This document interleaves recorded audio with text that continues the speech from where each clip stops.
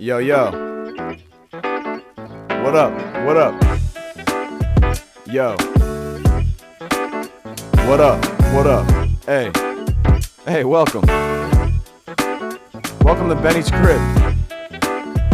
What up? Yeah, just leave your shoes over there. It's cool. Yeah, thanks. Does that sound cool? Yo, what up? Welcome to Benny's crib. Everyone's a piece of shit in their own regard. Beautiful people of the world, we're here in Portland, Maine. This is a podcast called Benny's Crib. How you doing? I think this is episode 106, technically. We're here tonight with a Portland, Maine producer, Portland, Maine DJ, COLDANDREW in the house, a.k.a. No Wolfpack in the house. How you doing? I'm great. How are you this evening? I'm feeling good. We had a couple troubleshooting difficulties, started about 30 minutes later than we intended. I bring this up not because it's something I'm ashamed of or feel like I have to bring up. I just want to make sure people understand there's always going to be little quirks and hiccups behind the scenes, even if you're 100 episodes into doing something. So just wanted to say that. You know, just got to keep it moving. Keep it moving. Keep it light. Like an electron cloud. Keep it moving. Yeah, there were probably some electron clouds rolled through tonight. Yeah. Some heavy winds. Chemistry. Heavy clouds. Caffeine.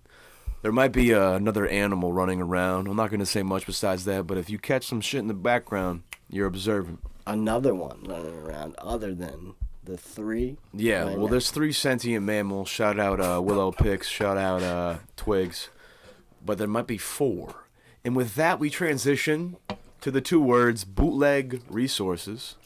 Sure. Some tapes out. Sure. Yeah. As we call in the hip-hop world, maybe some flips. Got some flips. For those who don't know, there's some really dope hip-hop artists out here spitting. And sometimes producers will take an acapella and make a different instrumental to whatever that song was originally on. And then it's called flip. If you didn't know what that is, there you go. Most cats who probably listen to this shit are somewhat aware. And I say all this because COLDANDREW has 2 really dope tapes out, some really great production. And that's why I wanted to get him on the podcast here. Appreciate shine the a kind light words. on some, Appreciate the kind words. shine a light on some 207 beat making and producing. I think it's important, to like I said, even if it's something like a Bandcamp release or something like that, it's still, I think, worth noting. Releasing music in any capacity is something that's fucking dope. And even though we live in a very saturated market of like digital consumption, it's important to give people their flowers. So there you go. I appreciate that. Yeah. Enough on the present though. Enough on the tapes. We'll kind of get into that later on. Let's go back to the beginning. I want to start usually how we tend to do it here. What's your first memory of hip hop? First memory of hip hop. I feel like one of the first things that resonated for me was I had an older cousin that lived in Malaysia, which is Southeast Asia. I have a bunch of family over there, and I think he showed me the Chronic or Doggy Style or one of those 2, and I feel like that kind of really just clicked with me. I was kind of just like, what is this? I think that G-Funk sound, kind of weird because Malaysia, like their government, I think up until recently, or maybe even still, like censors everything that comes in there. Like some censored internet type shit? Well, but yeah, I mean, censored movies, this was like before the internet was big, so like the government's like, you can't have indecent movies or whatever. You can't have music with Heavily censored. you can't have music that's deemed indecent or like subversive political messages. So I was like, I don't even know how he had those tapes, which is weird, like thinking back on it.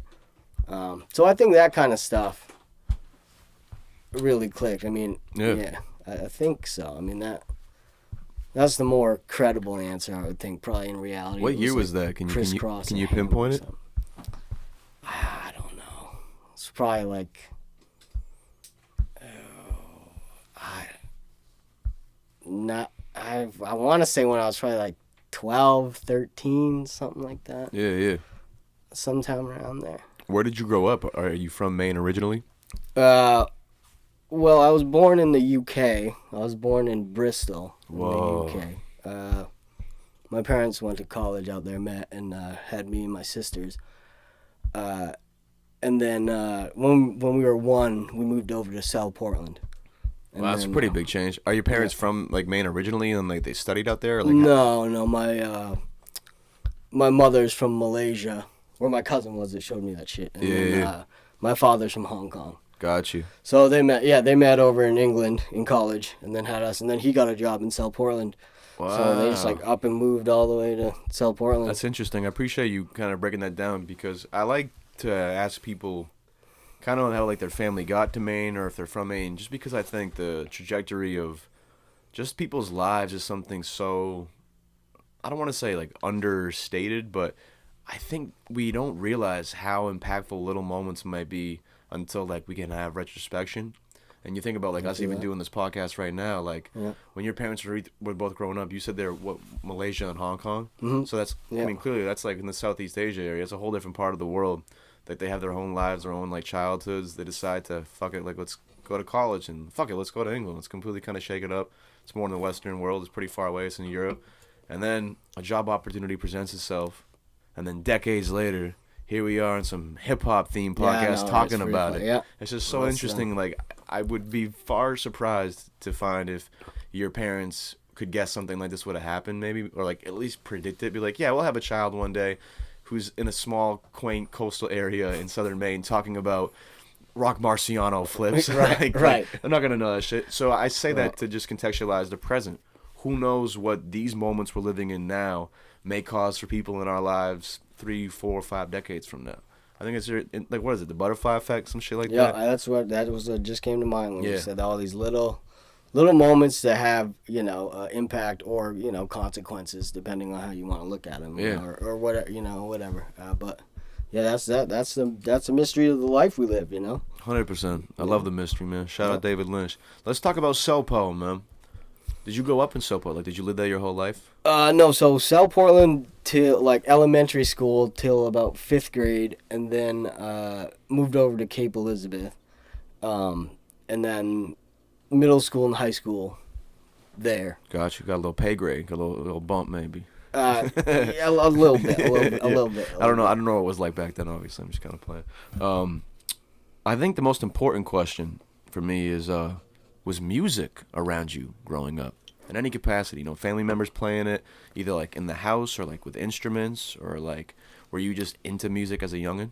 I was pretty into it. I mean, I took piano lessons when I was younger, that kind of thing. Like, hated to practice, all that kind of, you're gonna take like classes. Sorry. Oh, there it is. She did it. What up, Young?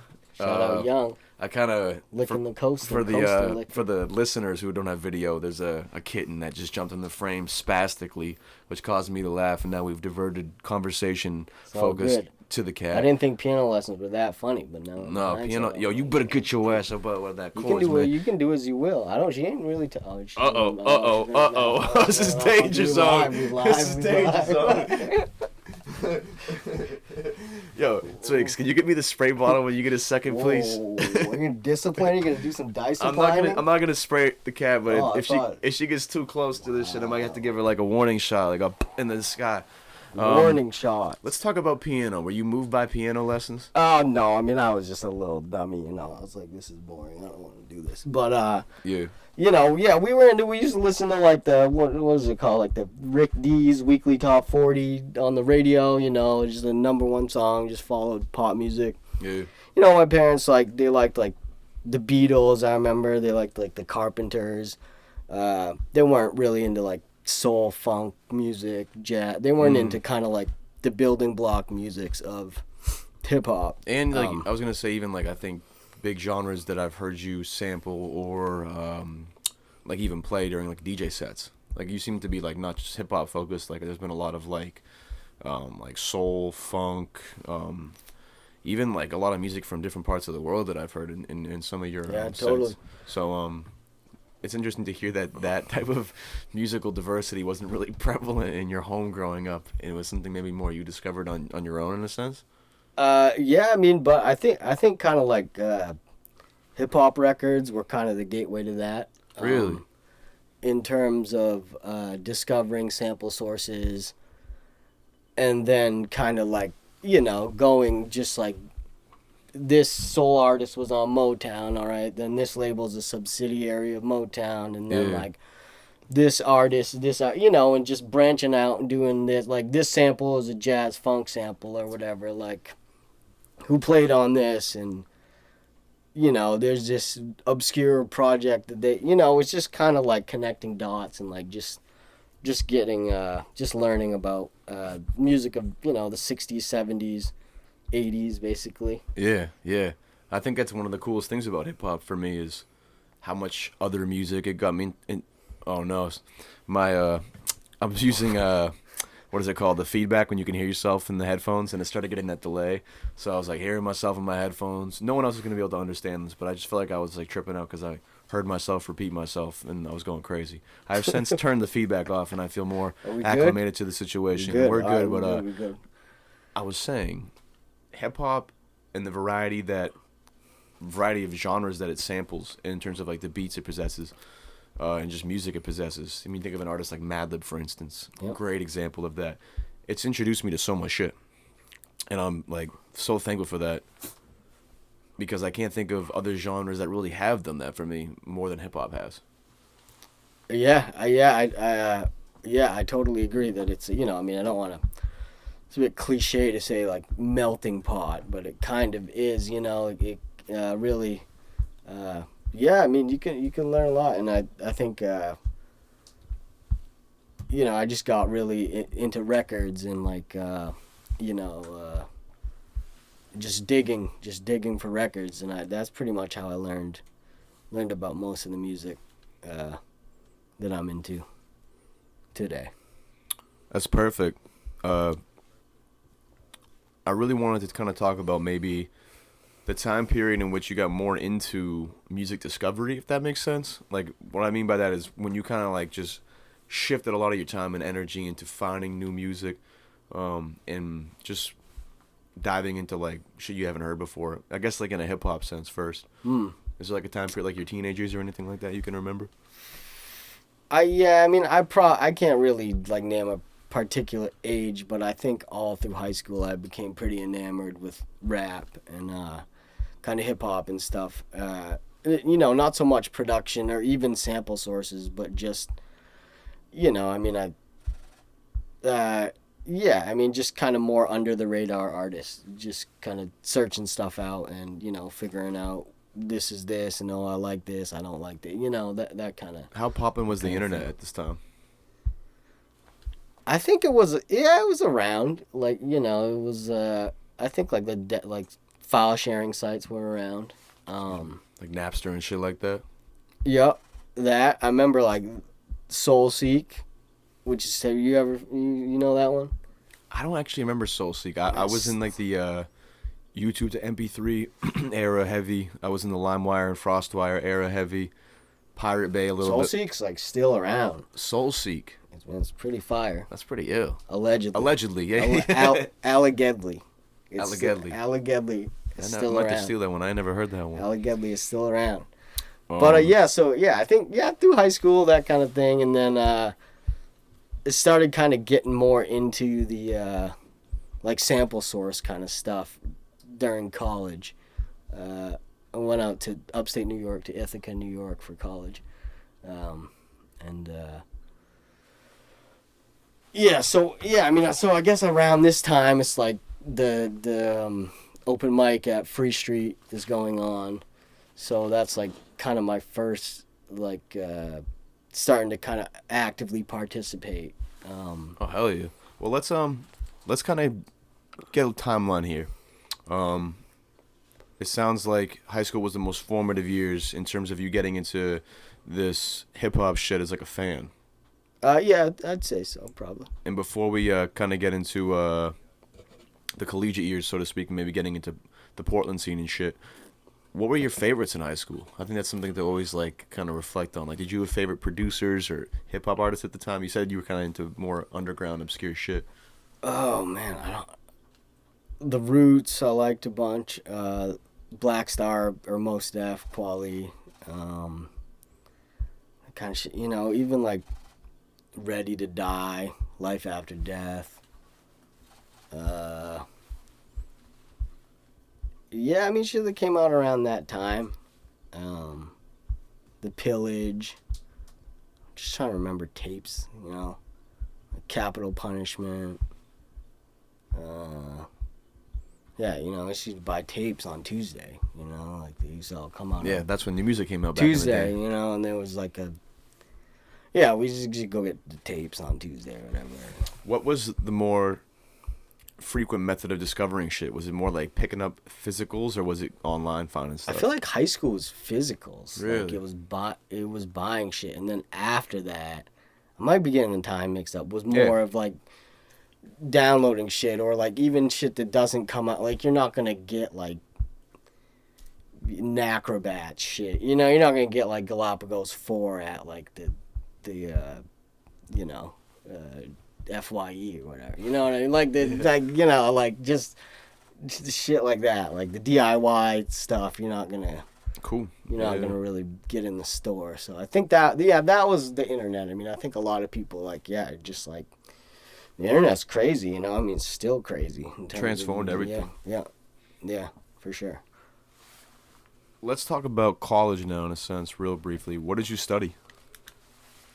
I mean, I studied a bunch of stuff, but I majored in communications and audio production, which was cool, but I never really took to it. Like, I liked it. I mean, I was, like, super into music, so I was like, I think I should do something with this. And so, yeah, I mean, it was cool. Like, I think I was just more into the creative aspects of it than like the technical audio side of it. But that, I mean, coming around now, like I appreciate that stuff way more, and I'm still learning a ton about it. Whoa! Oh, yo, podcast people. Cat just took a major tumble. I wish I could just got in the face when it was just up here, dude. That's a mental memory you get forever, man. That was elite. That motherfucker hit the ground hard. The cat tried to jump up and grab the table and slip. You're gonna get up there though soon. Looked like Evel Knievel. Looked like Michael Jackson's baby dangling off the balcony. Yeah.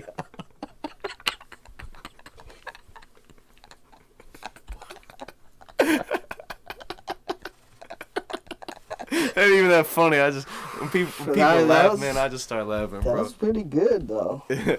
Bro. When did you start to get the inclination to want to produce? Man, I mean, producing was like later. I mean, I was like rapping during this time. Like, yeah, I mean, producing was probably like, I don't know, later in college. What about DJing then? DJing was kind of like I feel like around high school time. I remember my buddy gave me a real janky set of turntables, a real janky mixer, and yeah. So around then I wanted to kind of get into it, but I didn't really know what mixing was. I didn't know about scratching really. I didn't really understand. I didn't really understand the concepts of it. Yeah. When did you do your first official set?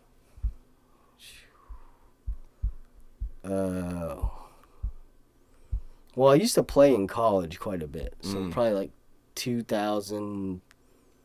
I don't know, 3 or 4. I mean, going on 2 decades now, bro.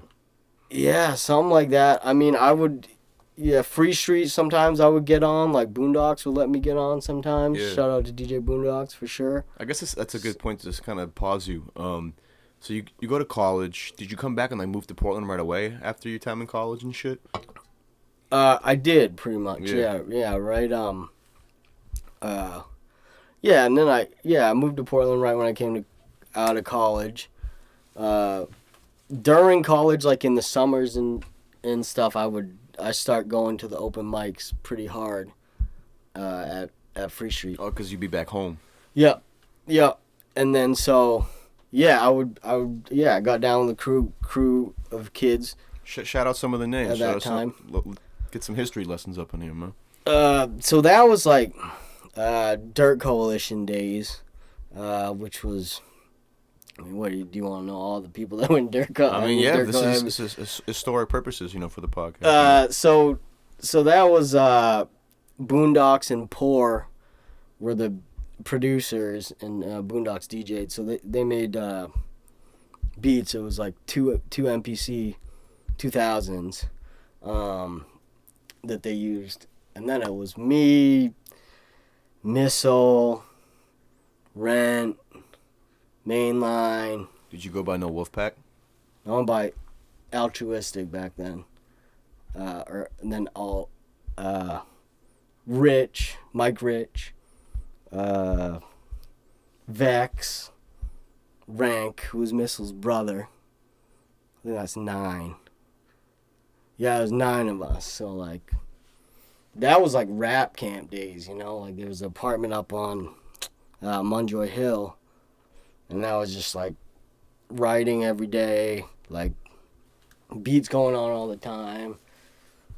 Like, people doing canvases and shit. Pretty, like, creatively ripe time. Well, yeah, I have some pretty fond memories from that time. Dirt Coalition. So that was the Free Street days. There was, people were, who was around. Like, Brzezowski was one of the first people I met. I think Brzezowski gave me a CD in, like, 2002 or something. Dynamo P was around. Shout out Dynamo P. Got a new beat tape coming out. Yep. Shout out Dynamo P. For Both sure. those cats have been on the podcast, by the way. Tight. Yeah, just a bunch of kids were around, and that open mic was pretty special time, I think, for hip hop. There's like national acts were booked. Like, remember seeing like Blueprint there, Tumex. The venue was called Free Street. Yeah. So where the Dogfish is right now, Yep. That was Free Street Taverna, and so that was every Monday night. Wait, so there's that, and then there's Big Easy. Big Easy There's is the station and there's after. Asylum. Are those all places in Portland at the time? At like places that were open. Yeah. Yeah. I think back to that era probably is like the golden age of, like, I don't want to say venues or like the golden age of Portland local music or anything like that, but just in my research and who I've talked to and then the acts that were coming to those venues, I don't think there's been as connected as a time where like venues were to the local scene and then to like the national underground scene in a sense, personally. I feel like there was venues back in the day where it's like you could have consistently, not just like on a rare occasion, consistently nationally recognized but kind of more like pop and underground acts, like a Blueprint, for example. And then I'm imagining local cats probably opened up for that show. Am I wrong? Yeah, totally. Yeah, so it's like Totally. that is what is integral to a scene, in my opinion. You need shit like that. You need places where you're gonna have an artist like who's maybe more counterculture, pack out a small venue, and then you can have artists like from that town maybe even help book the show and then perform on the bill. That does happen here in Portland still. Don't get me wrong, but the frequency at which it happens and how much fucking shit you have to jump through just to get a show, like, it's fucking wild. It's a different landscape for sure. I mean, I remember also Space Gallery was holding it down for a while. There were a lot of hip hop shows there. Station had some crazy shows. But yeah, I mean, the landscape has changed. I mean, the landscape of Portland in general has changed quite a bit. The American city, like, landscape of that in general has changed. Like, we're living in a very different age, I think, than 2002. And there was a lot of technology popping in 2002 and a lot of themes still that are prevalent today, but I think we're in such a wild place right now compared to then, in the sense of, like, just, like, how culture is, if that makes sense. Yeah, I mean, it's like, I think it's interesting to compare, but it is a bit, you know, I don't want to say futile to compare because we're all just living it now. You know what I mean? It is what it is. Like You can't change anything. no, you know, like there's things about Portland that I love from back then. There's things I love about it now still. You know, I still love it, and I'm not. Oh like, yeah. I'm not like, you know, bitter about like missing the old point. You know what I mean? It's not Like I healthy ain't to trying think to. like Yeah, I that. ain't trying to do that. Even if you that know? energy may be validated, I think it's like important to maybe contextualize modern frustrations, but also think about the variables that you can control. And like you just stay pissed off about shit you can't control all the time. Life ain't fun like that, bro. Like you're just bitter and shit. So that is a good point. Yeah. Let's pivot a little bit. Shout out the early DJing days and shout out kind of Portland of the early millennium. I want to maybe pivot to the producing side of things. Yeah, sure. Because really, I first initially, just in terms of like, I guess history with like me seeing you out on the scene and shit. I saw you at Moonshake in 2019. I want to say that was, or excuse me, 2021. That sounds way more accurate. It was last year. It wasn't this past summer. Yes, 2020. So 2021. 2021. Yeah. Shout out COVID 2020 trauma that's fucking up everyone's sense of time. And then recently, like I've been listening to these 2 tapes that you put out, and I definitely am really impressed by I think just like your range of samples and how clean a lot of the songs sound for being at least my first introduction to you as like a producer in the modern age. Appreciate that. When did you start making beats officially? So I think around probably like 2003, 2004. In like later college, you said, correct? Yeah, because I mean the thing was like I was more focused on rapping then, and you know I would just be like asking for beats, like ask the heads back home, like send me beats, and like you back then you couldn't just like click a button on the laptop and be like, oh, here's your beat, you know what I mean? So it was a little harder. You had to, you know, you just all like ship a CD through the mail and shit, and then, you know, I think that just wanting beats to write to or whatever, as well as like really kind of getting the itch for records and like finding out, you know, kind of like on a deeper level how the songs that I loved were constructed. Kind of, yeah, just led me to start making beats. I think a friend gave me like Fruity Loops, you know. Yeah, I was gonna ask like what software you were using. Yeah, Fruity Loops. So I would just sample. You know, I used to go around. There was this place in Ithaca called Autumn Leaves, and it was like the top floor was all books, like used books, and the basement was just all records. And we used to have this like list, like this printed out list of all drum breaks, you know. So like go around and be like, oh, like Chicago has this drum break or whatever, and it's like you look up the song of you know, whatever, Chicago, like Emerson, Lake and Palmer has this drum break or whatever. So you go and look at the record and be like, oh shit, it has it. So you get it, and then you know. So I spent a lot of time just like doing that and kind of learning that way. And yeah, I mean, you know, yeah, I would just spend hours down there doing that kind of. So yeah, and then learning like the Fruity Loops and how to like chop and sequence and, you know, the structure of songs and bars and all that. So you're recording raw vinyl samples and then chopping them up in Fruity Loops? Yeah. Nice. What were you using as like a sampler? Do you remember? It was like just like a vinyl to digital converter thing, or like a turntable? Yeah, I mean a turntable and then just like an interface into the computer. I wasn't sure if you were maybe like taking samples and putting it like on an MPC or something. And wait, you know what? Because there's so many different ways you can do it, obviously. So it's kind of just like it might have been through a digital 8-track. Like, yeah, I mean, I just got an interface like a year and a half ago. Nice. Like I was living the dark ages for a long time, man. You know, like I was like recording shit on like a Boss digital 8-track and like wow. USBing it, like just not, I don't know, you know, just but yeah, so anyways, Fruity Loops I think was the first thing. I had a couple homies out there. I had a group out in college called Rare Faction. So that was you know, there's 4 of us. and we had like a monthly residency at this like cafe venue out there, and so yeah, I would DJ there. I would make beats, and we would write to them and perform. And Oh, that's cool. So you're spinning like DJ sets, original production, and part of like a hip hop group that performs as yeah, well. Nice, yeah, nice. And then obviously you have all this energy, and you come back to Portland with it, and those passions continue. I want to almost talk about though when you started uploading your production online. Did you have like a SoundCloud or something like that you were ever like putting beats on?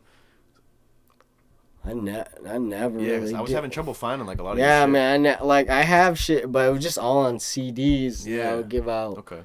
And I mean, I haven't been making beats like every day since 2004 or nothing. Like I Not locking yourself in a room. no, like I had long periods where I just didn't really make anything, or like just didn't really mess with rap much at all. Where I was just kind of like into jazz, into like reggae. Like got super big into reggae for a number of years. I mean, still am.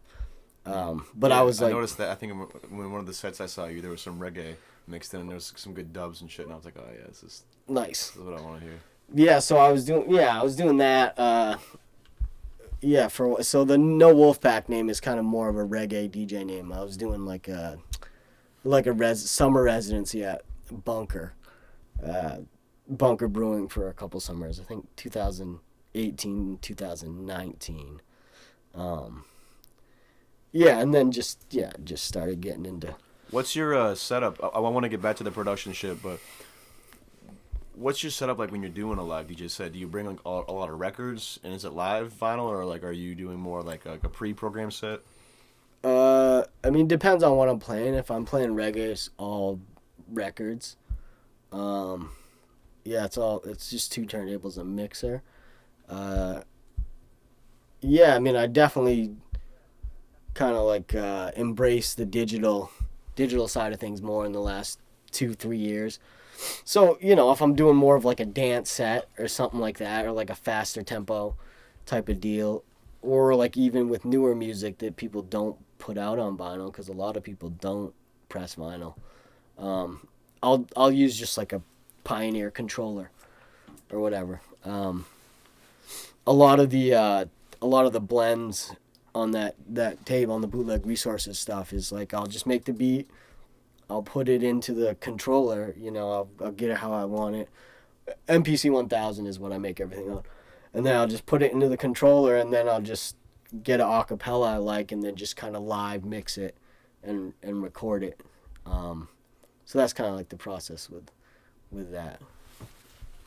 Yeah. But yeah, I mean, in terms of DJ sets, it's all like nothing is like pre-made per se. It's all kind of just just all. Tremendous.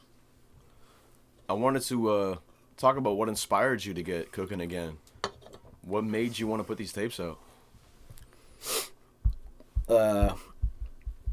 I think one of the things I remember recently of just being like that was pretty inspiring to get back into music was seeing the orchestra over at Sun Tiki one day, and that was just like the best shit I'd seen in a while, and I was like, this is pretty. I think that kind of lit the fire, like to just. Do you remember what like the day that was, or like what year it was? It was like the summer of 2019 maybe.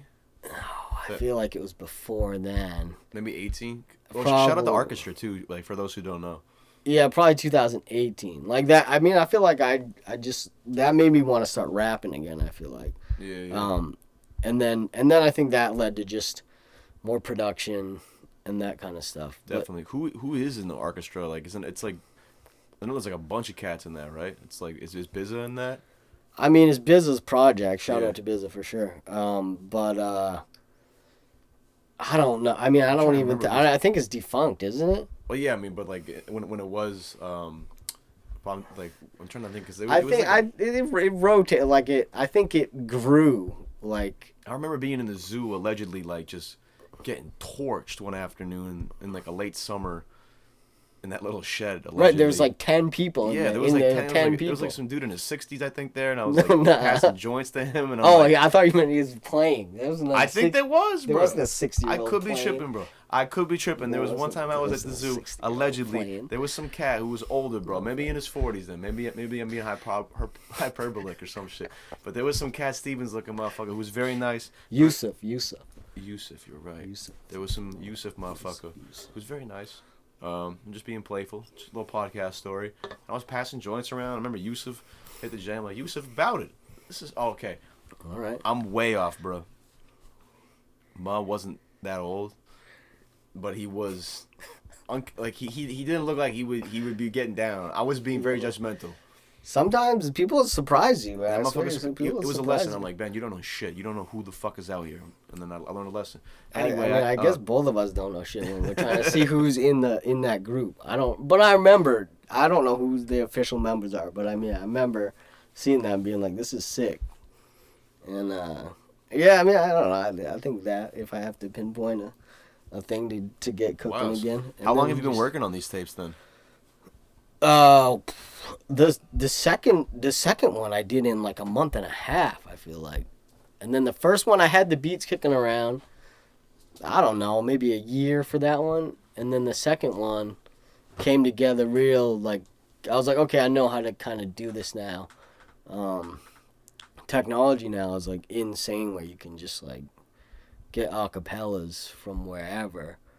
It was hard to do that. You did, like, used to download Audacity and invert shit. I remember. I never even tried to do that shit, but I mean, because like all those knowledge tapes are like, you know what I'm talking about, all those rap tapes. Yeah, or like whatever. the Meek ones and shit like that. Obviously. Yeah, like all that. I'm like, how do you even? Somebody was saying like you like, I mean, you can EQ it, but I'm like, and then he's like, I don't know. I was talking to somebody about it, and they were like, you know, hypothesizing on how he did it, but like I never tried to do it like that, you know, like. But yeah, I mean, it's fun, man. You know, you just like make a beat and you're like, oh, this is kind of in the style of this person, and then you can just be like, oh, there's an acapella, and then like you can match it up. And, technology is wild too, bro. Like it's a different ball game. It's insane. Was the fact that like you could just have a tape out and have some fresh shit out, like kind of inspiring you to just drop again? Because you dropped those, you haven't dropped in a minute. Wait, were those is that like the only tapes you have online right now? You think? Yeah. Oh yeah. I mean, those are totally only tapes. I yeah. mean, Yeah. Like I said, doing this for a minute, and that's why I do have this podcast and shit, because I think it's just so interesting in a scene like this. It's not too, you know, large in terms of all the eyes on it. There's still artists out here. There's still producers out here. And if you go to Bandcamp right now, and I told you, oh yeah, this is some dope Brooklyn producer named COLDANDREW, motherfuckers would be like, oh, this is sick. If you tell them they're from Portland, sometimes people don't want to like listen to this appreciate shit. That. I appreciate that. Yeah, but you know what I'm saying? I think it's hard to love shit in your backyard sometimes because it's too close to you. I've been a hater of shit out here like before I kind of got into the scene and stuff, and like just wasn't aware of like how easy it is to fall into that trap. I mean, yeah. But I feel you. Yeah. I say all that to oh, I just completely forgot what I was saying. Oh, I say all that to say like I just think it's interesting like the story behind these tapes, man. Like I was playing them today, I'm like, oh, these are dope. Like I fuck with the music on these, and they're featuring a lot of modern artists that I play. Some artists that like are kind of more, I wouldn't say obscure, but you're not gonna see like on the more popular playlists and shit like that, or more popular like circles of rap. But you hear someone like, you know, who's been out here for, you know, decades doing music shit in a sense, DJing and or producing here and there. But these are technically your first tapes online, right? Yeah. And I think it's just cool to be like shit like. You could think COLDANDREW's like some 19-year-old cat like on the come up, but no, like you got stripes in terms of like how many hours you put into this shit. So yeah, I do think it's interesting too how dropping one tape kind of out the blue, out of nowhere, first time ever, and then boom, within 30 days, like, oh, I'm back with another one, motherfuckers. Yeah, I mean, I think it just kind of, you just get the momentum and the creative thing, because I mean, you know, it's like, I think I've learned that, you know, the fire doesn't stay lit forever sometimes, you know, like. That's true.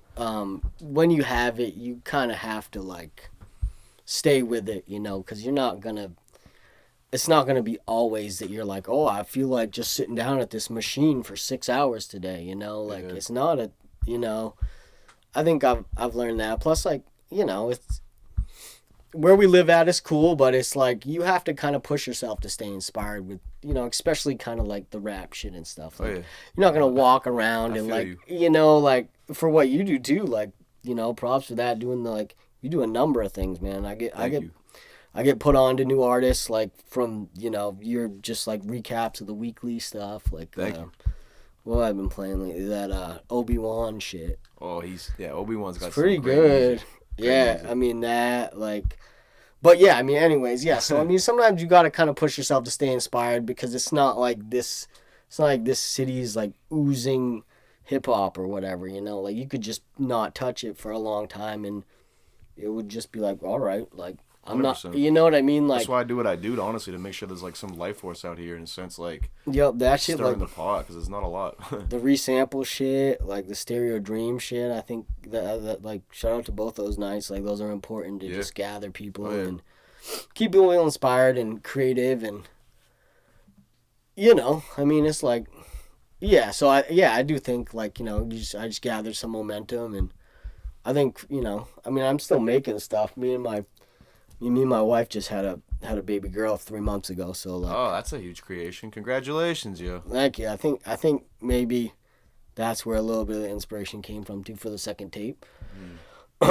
Just doing that and You got like a life force, legit. right. you know, Like keeping on the you- other side of the coin, maybe I was like, oh, I gotta push these out now because I ain't gonna have time to like just sit. You know what I mean? Just sit in You front never of know. this She might see you on that NPC one day, machine all day. making beats and shit.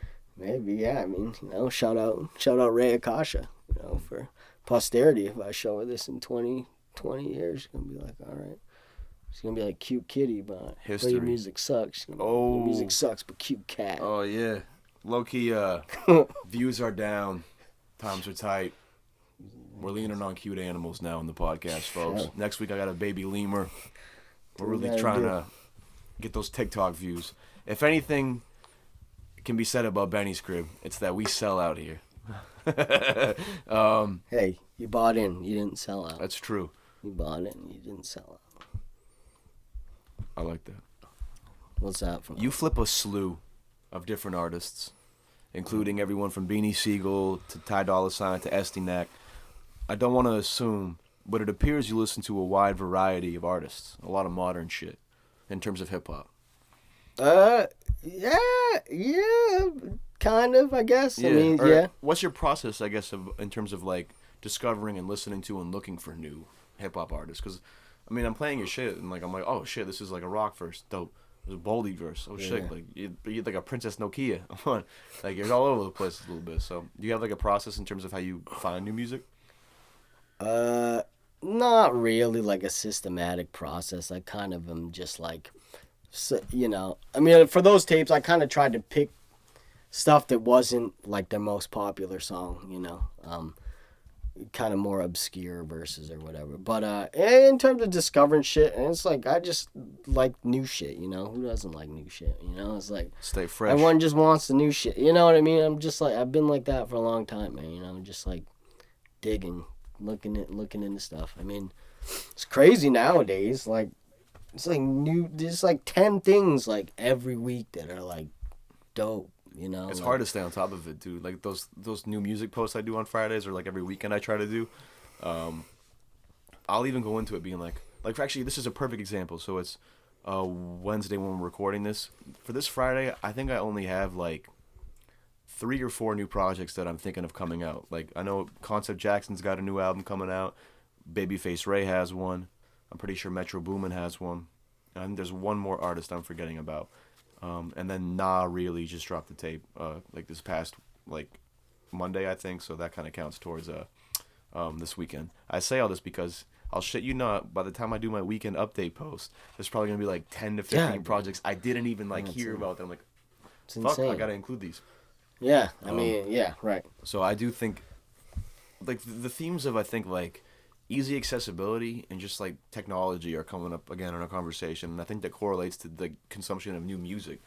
It's ridiculous to find new music today. Like people are like, I don't listen to new hip hop. Like nothing really moves me. I'm like, are you trying, or are you just playing only Bill for Cuban Links on shuffle every 3 days? Like, I mean, I used to be like that. I used to be, I get it too. and then I started like getting into the new shit, and I was like, this is actually pretty tight. There's like, some hard shit out here, man. Like, it's a different landscape though, kind of in terms of like production and kind of aesthetics and like, very different. you know, like it's almost like anything goes with production like these days. Like, I mean, obviously there's like the whole drumless thing, you know, happened like years ago, but like now there's just like wild textures and shit and like just, you know, weird static people rap to. Yeah, some of it's like kind of, you know, it's like some of it's a little There's some shit. yeah, sometimes I'm like, man, you guys gotta calm down, this is kind of crazy, you know, but like some of it's interesting, you know. I mean, this most experimental era, I think, for hip hop in terms of yeah.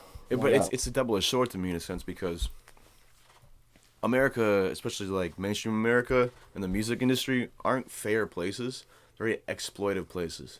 So when you have shit like, I'm not even gonna say names, but like there's so much dumb like shock value artists who have like rainbow hair and like face tats and like, you know, like have security with them, but like pull up to like a block that's not even their own and like film like a 10-second video talking shit and hop back in the car with the security and like drive off and act like hard. And this is the shit that like sells and stuff, and like you can pretty much guess what I'm talking about. And it's hard because the internet has, I think, allowed such a beautiful landscape to blossom, but again, that exploitative nature of the music industry comes in, and it's like, oh, instead of maybe like putting focus on like the experimental and obscure that like are very, you know, unique and maybe like, I don't know, like shit that just people can connect to, that's really like evoking of like, you know, a feeling. Let's do the same thing but more like shock value instead of like, you know, music that is more like I said, like it's hard to put into phrase, but it's just like shock value shit sells so easy in hip hop. And like you said, sometimes you hear shit and you're like, what the fuck? Why are people making shit like this? And then I remember it's like, because sometimes people make shit like this and they'll get huge for like 3 months and get like billions of streams, and like it's wild how I think out of touch like the mainstream industry is to how dope so much shit is in the underground, but then also aware of it at the same time and like exploiting it in a sense in terms of like certain instances. Because like West Side Gun, for instance, one of the biggest artists in the game right now, right? I'd say he's making still dope music. He's not really like exploited or anything like that. Like Hitler Wears Hermes 10 was like a dope project to me. The last one he just dropped. That's the one that, is that the one with the Black Star? Yeah, shit on Peppers it? is on that one. Yeah, Like, yeah, I just watched that video. yeah, like that's a good project that just came out. And he's a huge fucking MC. Like, there's still artists in the mainstream who can kill it, don't get me wrong, but I feel like a lot of times like just like dumb shit sells because they got to cater to streaming culture and TikTok views and shit like that. And that's why the underground is at such a diverse time, in my opinion. I don't know if you relate to any of that. I kind of ranted. No, I mean I do, and I mean there's different narratives to that story. I feel like, you know, I mean you can, you know, there's trains of thought that it's a kind of like a systemic kind of design that way, you know. I mean, nowadays it's a little flipped because, you know, you kind of just have your own following through the internet or your social media, but Yeah. you know, I mean there's definitely like a pretty viable argument that there's a perpetuation of stereotypes and kind of like negative imagery that's purposefully, you know, placed in mainstream media to definitely kind of keep, you know, groups of people oppressed as a deliberate plan. Yeah. You know what I mean? 100%. You know, because I mean, 100%. there's, you know, major label, you know, they decide what goes on the air. You know what I mean? Not to get all like on some other shit about No, it. I 100%. But, I mean, you know, there's a lot of labels that like are legit just trying to push like. I was talking about this with Ryan Adams last podcast. Like, there's so much pain and like drama and a lot of like dope popular hip hop, that music that we like, and that like unfortunately like isn't some of like the best like and healthiest like behavior that it might like perpetuate even. And that's not my place to say that at all. I think it's indicative of like the systemic shit you were just talking about just now, where it's just like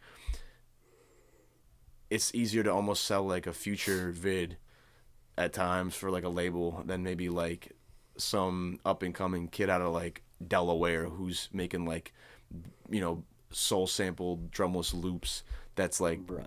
touching somebody's heart or some shit like that. Again, it's so hard to compare, and I don't like making comparisons like that. But you get what I'm saying? Like I these mean, labels be fucked up when they profit off pain instead of like positivity. you in a also sense. have to remember that, like, you know, I mean, shit on a major label used to be sick. You know what I mean? Like, all the shit in the '90s, like, that was all major labels. You Yeah. know, like Even like the everything, independent Def ones were Jam, huge.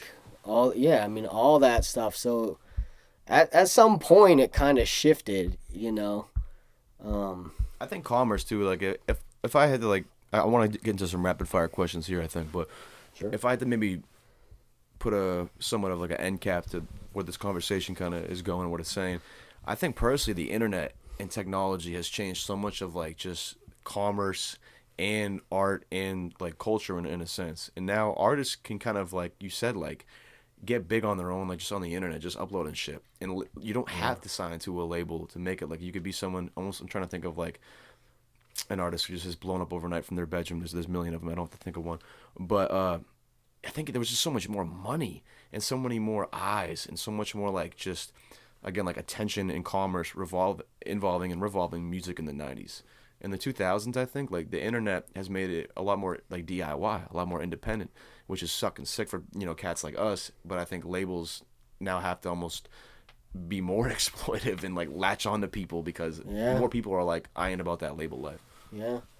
I mean, it's crazy with the band, and I think there's like more of like a kind of closing of the gap a little bit, right? Like it's not like it's like, oh, starving artist and then like multi-platinum millionaire. Like now off your Bandcamp releases, you can make like whatever you need to pay your bill. You know what I mean? Like 2 G's a month, like, or whatever, and then that will sustain you, and like you're eating off music, but you're not like a superstar celebrity or Yeah. whatever. But like just through your Bandcamp, you could do whatever. You know, I mean, which is cool. Like, you know, I mean, I kind of like just like you're saying, this is my first like internet release. I'm like kind of more on the low with stuff. You know, I like to just kind of make my music and sell records for a living. So it's like that's kind of I get to do that at over at Moody Lords. Yeah. Oh, And, nice. Hell yeah, man. So I think that kind of just keeps me around music and keeps me just very happy. That's To important. just be, to be listening. I mean, it's like, That's why we're here, man. I try to remember that. Like, that's why I like to stay listening to new shit. Just like to be like a fan of this shit. Yeah. And remember how fun it is, and Yeah, how no much doubt. pleasure and enjoyment I get from it. So yeah, I fuck with that. Fuck these labels. Keep on doing you. And the internet is a wild place, and music is beautiful. All right, ready for some rapid fire questions? it's already a library, I suppose. Favorite place you've ever done a set?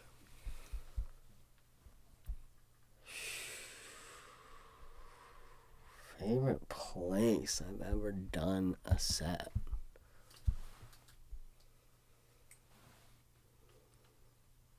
It's a tough question.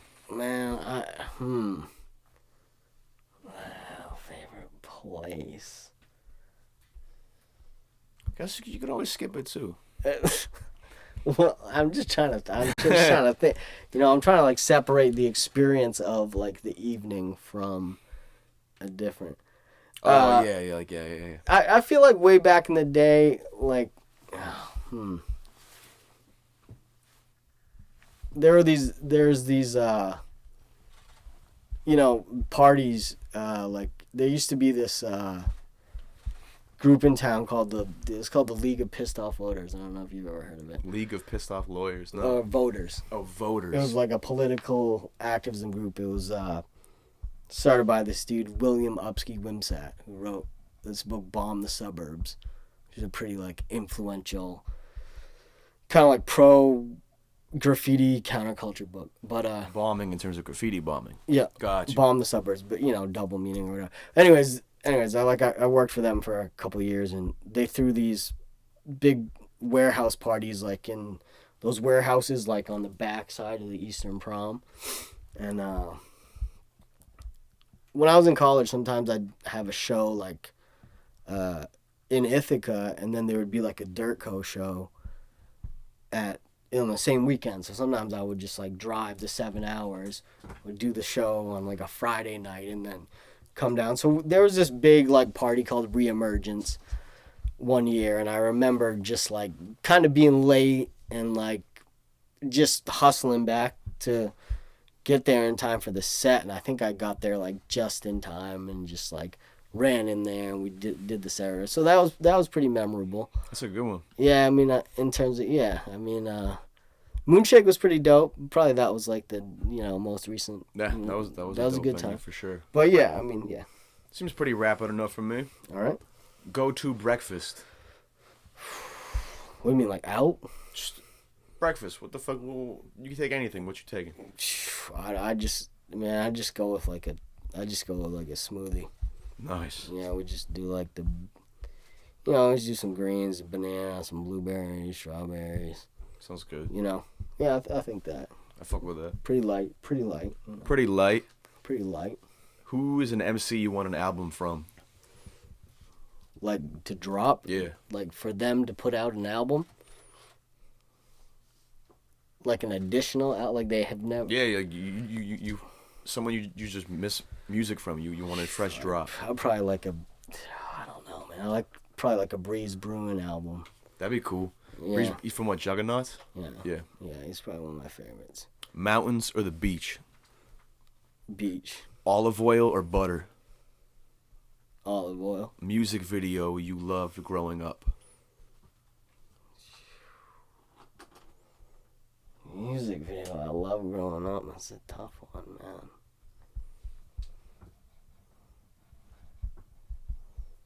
I can't even call it. There's a lot of good ones. I can't even call it. I'm blanking. I'd probably say Slow Jams. That's a good one for me. Oh, well, the Kanye West? Yeah. Or Twista and Jamie Foxx too. Portland food spot you fuck with? Szechuan Kitchen. Ooh. Hands down. Szechuan Kitchen's so good. I feel like they hold the title for me these days. Yeah, I can hit that place. And it's like, it's worth the price too. Like sometimes like you pay like $15 for like a dish at a Chinese restaurant. It's like, this just tastes like the greasy shit I could get like back in my small like Old Orchard white ass town. I just drop a 20 for a plate at Szechuan. I'm like, oh my god. Yeah. I feel like I'm just eating like a whole fucking ecosystem of flavor. It's tremendous. They're spicy as shit too. Those motherfuckers know how to keep shit at a good level of spice. I mean that's that style. It's a Szechuan style. They really just that place we probably. You make me want to get some of that. You ever had there's like these little mushrooms that are like cold with like. Oh, the mushroom salad. Yeah. Yeah, I do that. I do the eggplant a lot. I'll get like a hot dish and then maybe like a cold appetizer on the side to balance it out. It's tremendous. All right, you get me hungry, man. I want that like spicy kung pao peanut chicken. I think they make too. A lesson you wished you learned in life earlier. Oh, lesson I learned. Just I think just take care of yourself. I think I like that one. Prioritize your health. Get enough sleep. Don't go crazy with doing stuff that's bad for you. I feel good wisdom. Yeah. I feel like yeah. Which aquatic animal would you be? Aquatic animal. The first thing that comes to my mind is, just be a large manatee, I feel like. Cat of the sea. Last one. If you could see any artist live right now, who would it be? Any artist? Yes, sir. I'd probably like to see Salt. SAULT? Yeah. Yeah, they is that like beats and shit? Salt is like a band, but it's like a UK weird like mysterious super group like. I've heard some of their shit like this year, but they keep dropping music. Dude, their shit's flames. Ooh, I gotta go back. I feel like so it's like Cleo Soul's like in it, and then that. Wait, Cleo Soul's in Salt? Yeah. Man. Oh, like, she's dope as shit. Like Little Sims is in it, I think. Like, what's that dude, Michael Kiwanaka? I'm probably butchering his last name. That dude's in it. Oh, man, I feel like I listened to them. I just remember beats and shit. That's pretty wild. Yeah, man. Salt. I would probably see Salt. That's probably who I would see. There we go. Well, let's wind down here. Stereo Dreams 12/7. You're going to be there? Oh, yeah, no doubt. I'm going to be playing, I hope. I'm going to be playing. You coming out for that one? On the bill. So it's Wednesday night. It's Wednesday night, so it's kind of tough. Hey, we got it. It's a small town. We'll carpool. All right, yeah, I mean, that's tight. Yeah, Bizza's playing. Yeah, it's a good build that night. Business plan. So shout out Stereo Dream Suntiki 12/7. Where can peeps support you? I think just on the Bandcamp. Cold Andrew. It's the best spot. Yeah, I think so. I mean, I don't know. I got a Venmo and a PayPal. Mine gonna just be like, give me here. DM on Instagram for that information. Here, just give me. Moody Lords, come buy a record at Moody Lords if you want. There we go. I guess that's a way of supporting me. Yeah, come out to the Stereo Dream shit. Yeah. Well, there we are. Yeah, run up the podcast. Run up the podcast. That would be supportive. A supportive action. Make sure y'all watch this. Make sure you watch it again if you're watching it right now. Shout out the new tapes, Bootleg Resources Volumes 1 and 2. Cop them on Bandcamp. 12/7 at Stereo Dreams, like we said. Yes. Last question: where will Cold Andrew be 1 year from now? 1 year from now. So let's see. In what? It's pretty much December, right? I'll probably hopefully be on a beach, maybe Puerto Rico, maybe the Virgin Islands, someplace. Vacay. Yeah, I'll Warm probably Andrew. Yeah. On that cheesy joke, I think we're gonna dip on out of here. Shout out Soto for the instrumental. Shout out everyone who supports. Patreon below. That's it for self-promotion. Go get you a plate at Yardyton. That's a beautiful facility. Shout out Veggie Patty at Yardyton. There we go. Shout out Veggie Patty. Veggie Patties, man. All right. Much love, y'all. Thanks for watching. We'll see y'all next time. Peace. Hey, what up, yo? Thanks for watching. Shout out Cold Andrew for coming through. Shout out Yardyton. If you're seeing this and it's the 7th of December, Stereo Dreams, go peep Cold Andrew's set. Go hit up his Bandcamp for the Bootleg Resources tapes. Finesse the system. We'll see you next time. Peace.